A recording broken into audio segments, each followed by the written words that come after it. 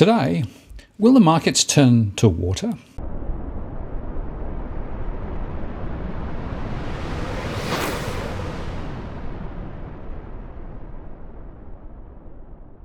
Hello again, it's Martin North from Digital Finance Analytics. Welcome to this post covering finance and property news with a distinctively Australian flavour. In today's show, I want to discuss the week and the market, starting in the US and ending on Australia. As I need to remind you, we here are not disconnected from the events on those other major markets. We are but a cork on the ocean. Wall Street stocks ended sharply lower on Friday for the second straight session, as investors fretted about deepening tensions between Russia and Ukraine and the fallout from the prospective higher interest rates. Just remember, the Fed has not lifted rates yet, or even started quantitative tightening yet, and yet the markets are reacting. 9 of the 11 major S&P 500 sector indices declined, led by technology, which was down 3%, and consumer discretionary down 2.8%. The energy sector index, though, surged 2.8% as oil prices hit 7-year highs.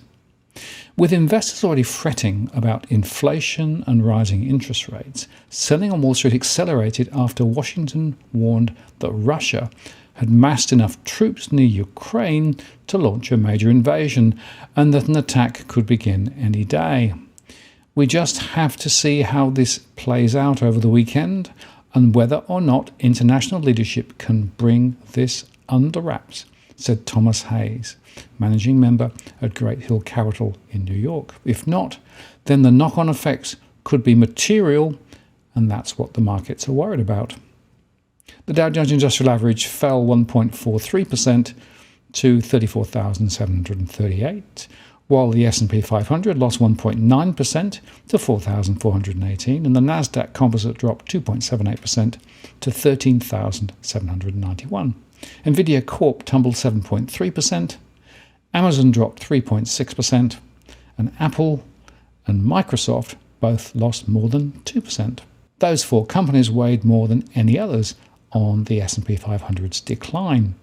Online real estate platform Zillow Group jumped 12.7% after beating Wall Street estimates for quarterly sales, boosted by an 11-fold revenue increase in its homes segment.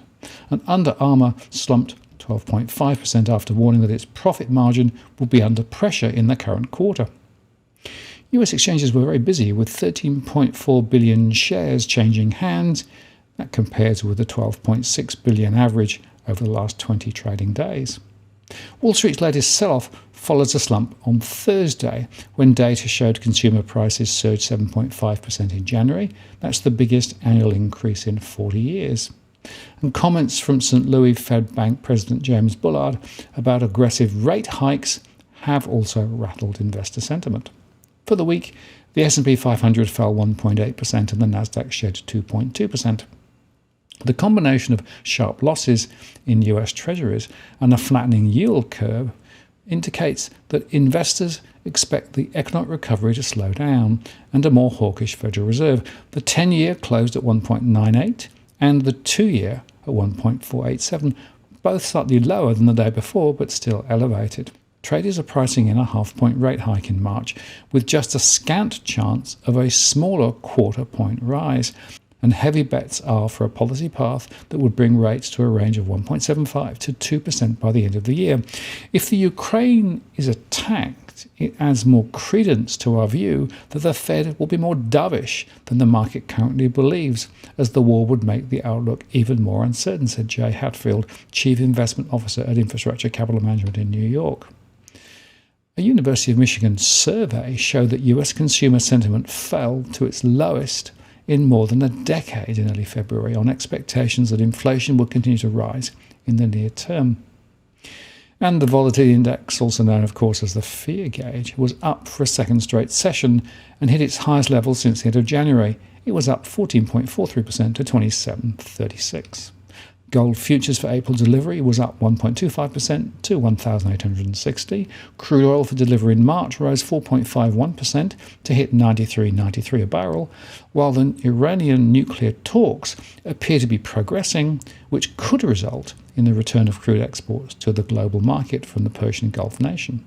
The euro-US dollar was down 0.67% to 1.1351, and the US dollar future index was up 0.52% to 96.04. Goldman Sachs sees the Federal Reserve raising interest rates 7 times this year to contain hotter than expected US inflation, rather than the 5 that it had previously expected. The bank sees a 25 basis point hike in each of the remaining meetings this year. Economists, led by Jan Hatzius, wrote in a report to clients. The altered prediction follows US consumer prices posting the biggest jump since 1982 in January. That view is also gaining currency among investors who are pricing in a similar quantum and pace of hikes. Swaps linked to Fed meeting dates indicate investors expect the Fed's main rate to be 1.85% after the December meeting from near zero now. While there's a case to be made for a 50 basis point hike in March, given the combination of very high inflation, hot wages growth and short-term inflation expectations, the indications from policymakers so far are in fact pointing to more incremental moves, according to the Goldman analysis. Most Fed officials who have commented have opposed a 50 basis point hike in March, they wrote in a note. We think that the most likely path is a longer series of 25 basis point hikes instead. While many Fed officials are not in favour of big jumps, St. Louis Fed President James Bullard said he would support raising interest rates by a full percentage point by the start of July, including the first half-point hike since 2000 in response to the hottest inflation in 4 decades. We will consider changing our forecasts if other participants join him, especially if the market continues to price high odds of a 50 basis point move in March, the Goldman analyst said. The shift by Goldman mirrors remarks by former US Treasury Secretary Lawrence Summers, who last week told Bloomberg Television that investors should brace for the Fed to potentially raise interest rates at all 7 remaining policy meetings this year, and even for it to hike by more than a quarter point in one go. Global banks have been ramping up their expectations for that aggressive Fed hiking cycle. Deutsche Bank economists said the inflation data means that a 50 basis point hike in March is now their base case. More limited evidence of waning inflation pressures in the back half of the year suggests that the Fed will continue their more aggressive response for longer, economists at the German bank said. They tip further moves of 25 basis points at every meeting this year except for November, bringing the total increase in the Fed funds rate in 2022 to 175 basis points. Nomura Holdings said that they are doubling down on their call for a half-point increase in March, while Standard Chartered said the inflation data has unleashed a firestorm of Fed speculation, with the risk that policymakers front-load the tightening cycle. HSBC is also tipping more front-loaded hikes and forecasts a move of 50 basis points in March, plus 4 additional 25 basis point increases in 2022. Money markets suggest about even odds on the possibility of a 50 basis point increase in March. Still, the hiking cycle could threaten the global recovery, according to Deutsche Bank. This more aggressive policy response raises downside risks to growth, they said. Engineering a soft landing for the economy is never easy. And Fed officials aren't pushing back against market expectations and are instead revising their own outlook for rates higher since their last forecast in December. The report shows continued inflationary pressure in the US and is concerning for me and for the Fed, Bullard said in an interview with Bloomberg News. We are going to have to be far more nimble and far more reactive to data. Bullard called for a half-point move in March, a sensible response to a surprise inflationary shock that we got during 2021 and that we did not expect, but highlighted that he would defer to Powell. Bullard said the Fed isn't in that mode of emergency rate hikes, noting that there is little need to surprise markets now, given the tightening they are already pricing in. A rate increase before March would also involve bringing forward the conclusion of the Fed's asset purchase program, enhancing the potential shock to an unprepared public. The Fed instead favours taking in further data before it makes a decision next month. However, centrists among the top Fed officials appear sceptical of a half-point hike and are suggesting there is little need to start a hiking cycle with an aggressive move. San Francisco Fed President Mary Daly said on Thursday that a half-point rate hike was not my preference. Speaking to Market News, she cited the lingering drag of the pandemic and the fact that the Fed is already sending a clear message on its readiness to act. Markets have already priced in the withdrawal of accommodation, and that is them hearing what the Fed is clearly communicating. Thomas Barkin, president of the Richmond Fed, had a similar view. I'm open to it conceptually, he said, of a half-point move, speaking on Thursday at a virtual event. But do I think there's a screaming need to do it right now? I'd have to be convinced of that. Fed officials appear confident that they have the tools to lower inflation and that markets fully understand their intent to start tightening monetary conditions. When the rate-setting Federal Open Market Committee next meets, officials will have a full month more of data to look at before they make a decision, while geopolitical risks in Europe have also raised uncertainty. But the contagion from a widening bond market sell-off is hitting assets from stocks to credit as investors brace against the shock of higher rates. There are actually few free risk havens in a rout triggered by raising bets the Federal Reserve will hike rates faster and more sharply to subdue inflation. Investors are hunkering down in cash, gold, and stocks that promise to deliver low volatility. And they're pulling out of the priciest stocks that rode a tide of central bank liquidity. People were pouring money into equities because they thought the valuations were justified, said Andrew Lapthorne, global head of quantitative strategy at Societe Generale. Now the opposite is happening. As Treasury yields cross over the psychologically important 2% level, long-duration assets that generate profits well into the future look dicey.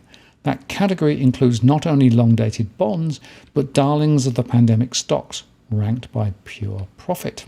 Among the worst hit, the $14.8 billion iShares 20-year plus year Treasury bond ETF has fallen 8% since the start of the year as investors yanked $3.5 billion from the fund.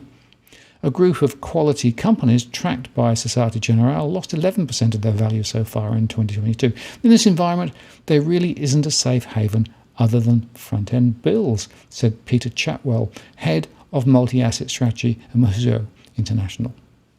That's undermining basic investing strategies that rely on bonds and stocks to counterweight each other.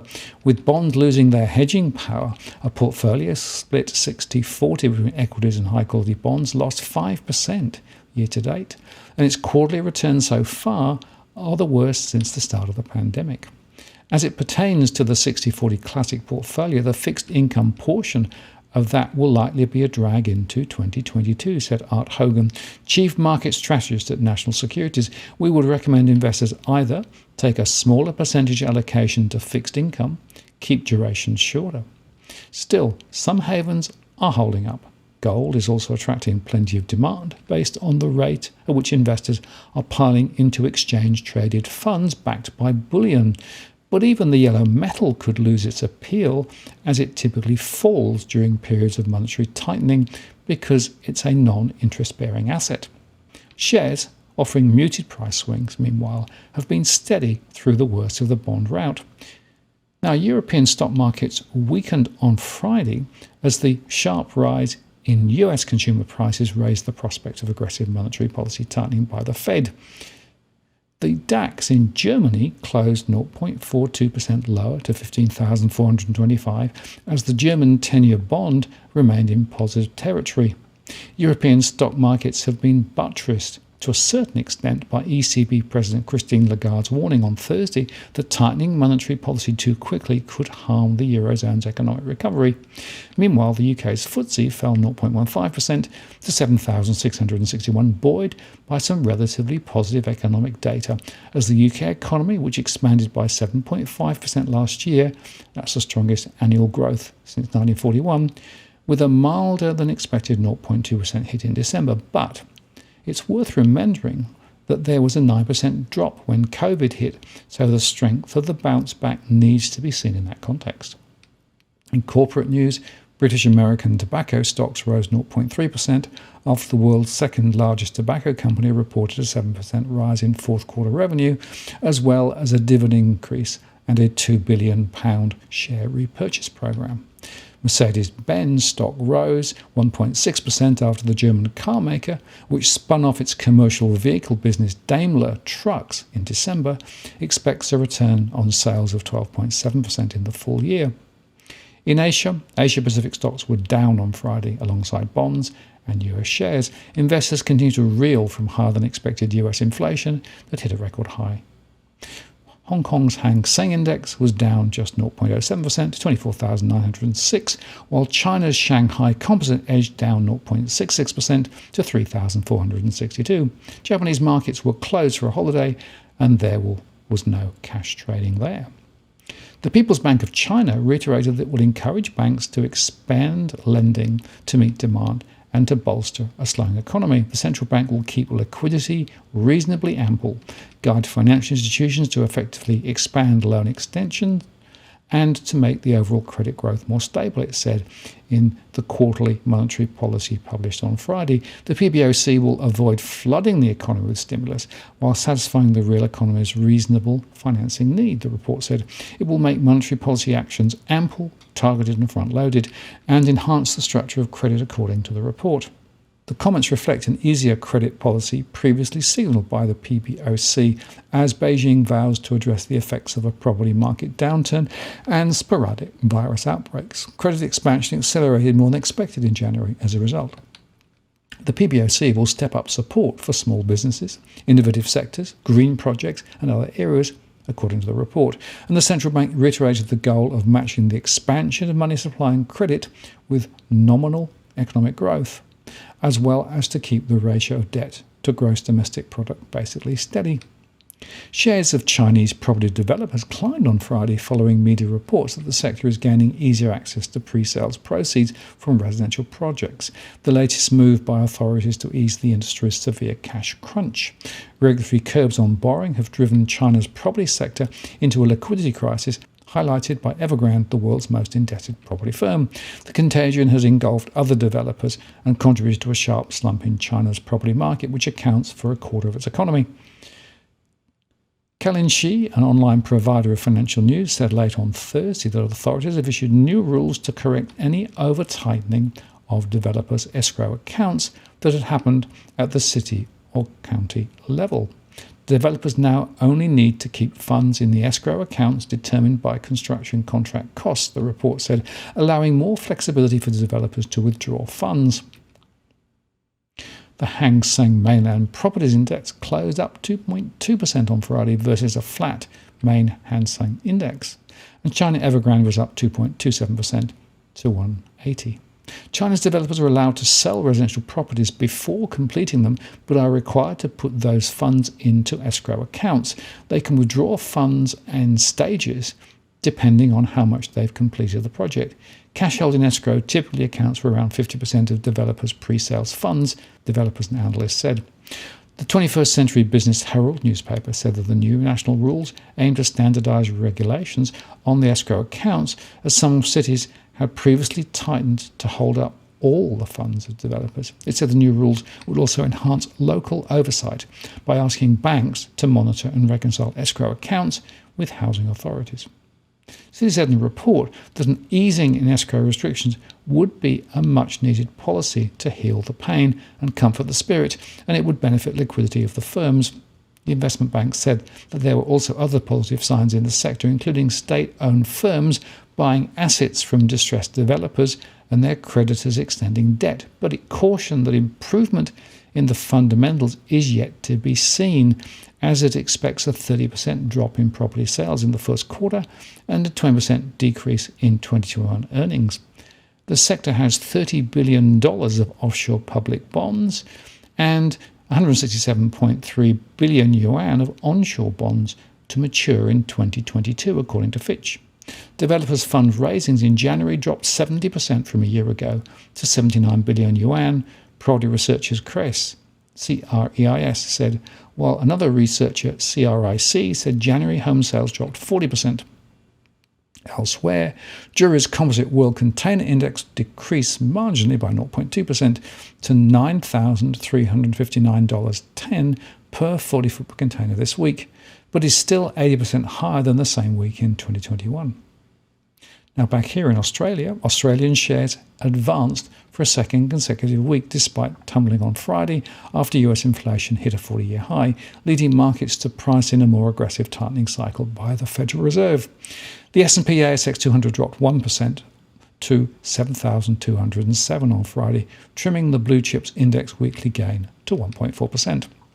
The Australian 3-year yield hit its highest level since 2019 on Thursday, but came back to 1.433, and the RBA was said to be intervening in the market.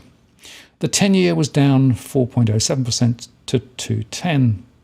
The markets are pricing in significant rises in rates over the next few months, with the latest ASX implied yield curve showing more than 1% higher by December and 2% by June 2023. The jump in consumer prices prompted RBA Governor Philip Lowe to warn that markets were at risk of an abrupt adjustment if US inflation forced the Federal Reserve to raise interest rates faster than expected. And the local markets took the weak lead from Wall Street, where all three major benchmarks had fallen, led by a 3.7% plunge by the Nasdaq. This translated to a 3.8% drop for the local technology sector on Friday, with Life 360 down 6.9% to $7.56. Appen dropped 6.3% to $8.42. Block fell 6.7% to $147.47. And Megaport declined 6.5% to $13.70. Financials, though, were higher thanks to expected rises in interest rates, with ANZ up 0.4% to 27.82, NAB up 0.57% to 29.84, Westpac up 0.71% to 22.78, while CBA was down 2.21% to 98.55. Macquarie was also slightly down, but is at 193.28. Magellan Financial Group fell 4.9% to $18.11 after revealing net outflows of $5.5 billion since the 1st of January, of which $5 billion was institutional. Co-founder Chris Mackey said the group will do whatever it takes to ride out the storm of underperformance in a webinar speech. And Unibail Rodamco Westpac jumped 6.5% to $5.60 after reporting its full-year results on Thursday afternoon, and said that it had agreed to sell a 45% stake in Paris Mall Westfield Carré Senart. IAG trimmed its dividends and reported its interim cash profit fell 62%, but upgraded its guidance for the amount of premiums it anticipates reaping this year. The stock rose 4.2% to $4.74. And gains by the major miners cushioned the market as the price of the bulk commodities breached $150 a tonne. Rio Tinto added 2.9% to 122.36. BHP rose 1.2% to 48.86, and Fortescue Metals climbed 2.5% to $22.83. Iron ore prices eased back later in the day, down 1.51% to $149.75. And the Australian Competition and Consumer Commission said it would not oppose the proposed acquisition of Australian pharmaceutical industries by Wesfarmers. The deal is still subject to meeting several remaining conditions, including the approval of API shareholders and court approval. Shares in API edged 0.3% higher to $1.52, and Wesfarmers fell 1.1% to $52.80. And finally, in crypto land, Bitcoin was down 2.64% as I write this to 42,353, and Ether was down 4.96% to 2,924. So still plenty of volatility around. And there's still a wide range of opinions about the future of cryptos. Here's one which I found interesting. According to Dan Egan of Betterment fame, the currency remains volatile. We've seen another example of that just this week. The currency started this period off under 40,000 per unit. Now the currency has risen to beyond 43,000. He said in an interview that while this volatility tends to thrive, many are becoming used to Bitcoin's erratic behavior and are simply viewing it as another stock option that allows them to keep their portfolios strong as the world of assets changes. He said it's definitely maturing into more of an alternative like gold or precious metals. You should have a little slice of it in your portfolio just for diversification's sake. This would be a massive change from the attitude so many people seemed to have when it came to crypto just a few years ago. It appeared that Bitcoin was the most speculative asset out there, and anyone who owned it was either on a path towards financial ruin or greater wealth. It could go either way. Bitcoin was an asset that was best described as risky, but then, following the introduction of the coronavirus to the global economy, Bitcoin has seemingly taken on more of a hedge position. People see it as something which can keep their wealth stable and steady during times of economic strife, especially now, given that inflation is so high due to the excessive printing of fiat currencies such as the US dollar. Bitcoin initially rose to above 68,000 US per unit in the middle of November 21. From there, it began a series of dips that by January for this year saw Bitcoin trading at less than half that price for a short period. Things are improving now, and Simeon Hyman of ProShares, which saw a Bitcoin futures-based ETF released in late 2021, believes that the world of crypto is introducing all kinds of new products that should satisfy both long and short-term traders. He said in the statement, the futures market, if anything, is a better reflection of price and more liquidity. BITO in of itself trades lots of volume every day, and there are options on it as well. And discussing last week's rejection of the Fidelity application for a Bitcoin ETF by the SEC, he said, the futures market has multiple exchanges that converge to the price of those futures. There are key advantages when you combine that with the ETF structure that make it a pretty compelling value proposition. But my point is this. This is the main streeting of crypto into ETFs and other structures, and it's flying in the face of the original concept of beyond the system. Essentially, Bitcoin is now in the system and is following that well-worn path where intermediaries are taking a substantial cut and more derivatives are being built around them. So in a way, the fundamental philosophical position of what a crypto was and might be has been overtaken by mainstream financial behavior. So standing back, the conclusion from all this is that the markets are going to remain volatile for quite a long period of time. I'm not sure yet whether the falls from recent highs marks a really sustained drop, or whether in fact we will see more volatility and a further peak later. Very hard to know, but what is clear is that in the US and therefore elsewhere, the interest rate path is now set and will go higher for a time, although, as I said the other day in a recent post, I have a feeling that higher interest rates actually may be a rather temporary phenomenon. I'm Martin North from Digital Finance Analytics. Many thanks for watching, and I'll see you again next time.